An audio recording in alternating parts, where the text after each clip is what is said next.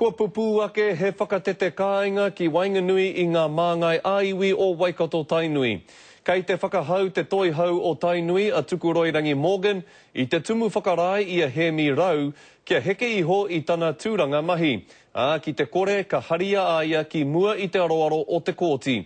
Mo te ronga ake o ngā whakamārama me whakawhiti atu tātou I naia nei kia Mikey Sherman kei tō mātou tari I Tāmaki Makaurau. Mikey.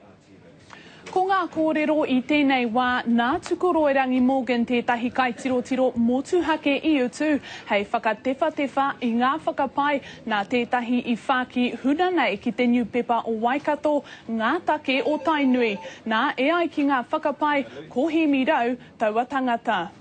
He ai hoki ki ngā kōrero, Mikey, kei roto tētahi kaikawe kōrero no whakaata Māori I te puku o tēnei take.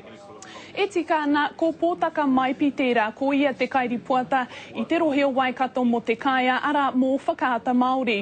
Nā kua tuku kōrero tāpaitanga ia e tautoko ana I ngā whakapai mō he mirau. He mea mauake I te kairipuata o te New Pepa o Waikato. Heoi, no te rangi nei I tukuna a ia, I ana mahi mō tēnei wā e whakaata Māori Scotty. Hea ngā kōrero huna I tukuna e he mirau ki te New Pepa o Waikato, hei tā ngā whakapai. Ki ngā whakamārama, tuatahi ko te tono ki te ara taura kia utua a Tukuroirangi Morgan raua ko raiha mahuta ki te kotahi miriona tāra moa raua mahi raupatu mo te iwi.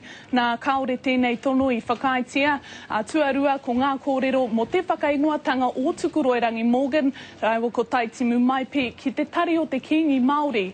Nā e mohiotiana he tapu ngā take o tauatari, ko te awangawanga I pēwhia aua kōrero I tai atu ai ki te New Pepa o Waikato, Scotty. Nō reira hei whakakapi ake, Mikey, āhia tēnei take tauai.